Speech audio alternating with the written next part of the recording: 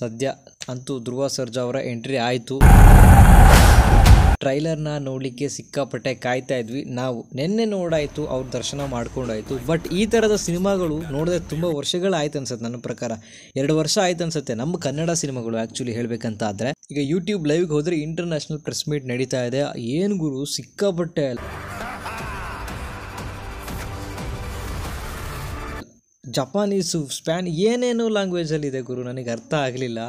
ಒಂದು ಸಲ ದಂಗಾಗೋದೆ ನಿಜವಾಗೂ ಹೇಳಬೇಕಂದ್ರೆ. ಟ್ರೈಲರ್ ವಿಷಯಕ್ಕೆ ಬರ್ತೀನಿ. ಸಿಕ್ಕಾಪಟ್ಟೆ ಇಷ್ಟ ಆಯಿತು.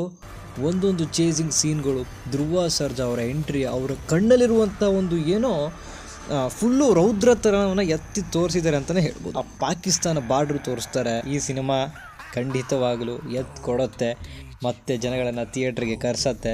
ಮೊದಲಿನ ಥರ ಎಲ್ಲ ಆಗಬೇಕು ಖಂಡಿತ. ಎಲ್ಲರ ಆಶೀರ್ವಾದ ಇದ್ದರೆ Kannada cinema, Kannada industry PAN world ಆಗಿದೆ ಇವತ್ತು.